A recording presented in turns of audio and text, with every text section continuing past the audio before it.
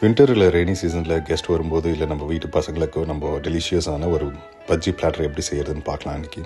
முதல்ல நம்ம ஸ்டஃபிங் பார்க்க போகிறோம். ஒரு மிக்சர் ஜாரில் ஆனியன்ஸ் கொஞ்சோண்டு, எள்ளு, sesame seeds, that is chilli powder கொஞ்சம், புளி, சால்ட் போட்டு மிக்ஸ் பண்ணி எடுத்துக்கும். இதுக்கப்புறம் பேட்டர் எப்படி செய்கிறதுன்னு பார்க்கலாம். கொஞ்சோண்டு கிராம் ஃப்ளோர், கடல மாவு, அது கூடவே ரைஸ் ஃப்ளோர், அரிசி மாவு, சால்ட், அது கூட ஜீரா கொஞ்சம், ப்ளஸ் சில்லி பவுடர் போட்டு வாட்டர் போட்டு ஃபர்ஸ்ட்டில் ஒரு திக் கன்சிஸ்டன்சி எடுத்துவோம். இந்த திக் கன்சிஸ்டன்சி எதுக்காகன்னு நம்ம ஃபர்ஸ்ட் பார்க்க போகிறது கத்திரிக்காய் பஜ்ஜி, பிரிஞ்சால் பஜ்ஜி.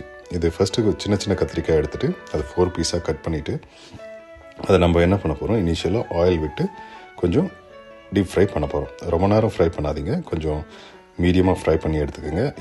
ஏன்னா திரும்ப நம்ம பேட்டரில் போகும்போது திரும்ப ஃப்ரை பண்ண போகிறோம். இந்த மாதிரி கட் பண்ண பிரிஞ்சாலை போட்டு நம்ம ஃப்ரை பண்ணி எடுத்துக்கோம். இது எதுக்காகனா பிரிஞ்சால் கொஞ்சம் உள்ளே வேகணுன்றது. இதுக்கப்புறம் நம்ம ரெடி பண்ணி வச்சுருந்த ஸ்டஃபிங்கை பிரிஞ்சால்குள்ளே போட்டு ஸ்டஃப் பண்ணிவிட்டு இப்படி அதுக்கப்புறம் நம்ம ரெடி பண்ணி வச்சுருந்த பேட்டரில் இந்த மாதிரி நல்லா டிப் பண்ணி எடுத்து ஆயில் ஃப்ரை பண்ணிக்க வேண்டியது தான்.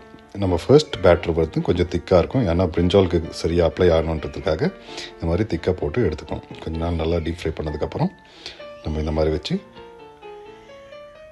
கட் பண்ணிவிட்டு அது கூட கொஞ்சம் ஆனியன் இல்லை கொத்தமல்லி ஸ்டஃபிங் வச்சு கொஞ்சோண்டு லெமன் போட்டு சர்வ் பண்ணிக்கலாம். செகண்ட், அதே பேட்டரில் கொஞ்சம் வாட்டர் போட்டு நம்ம என்ன பண்ணிக்கலாம், மிளகா பஜ்ஜி கூட செஞ்சுக்கலாம். தேர்ட், இதே பேட்டரை யூஸ் பண்ணி நம்ம வாழைக்காய் பஜ்ஜியும் செஞ்சுக்கலாம். ஸோ ஒரே ஒரு ரெசிபி, ஒரே ஒரு பேட்டரை யூஸ் பண்ணி நம்ம 3 விதமான பஜ்ஜி ரெடி பண்ணி கெஸ்ட்டுக்கு கொடுக்கலாம். தேங்க்ஸ் ஃபார் வாட்சிங்.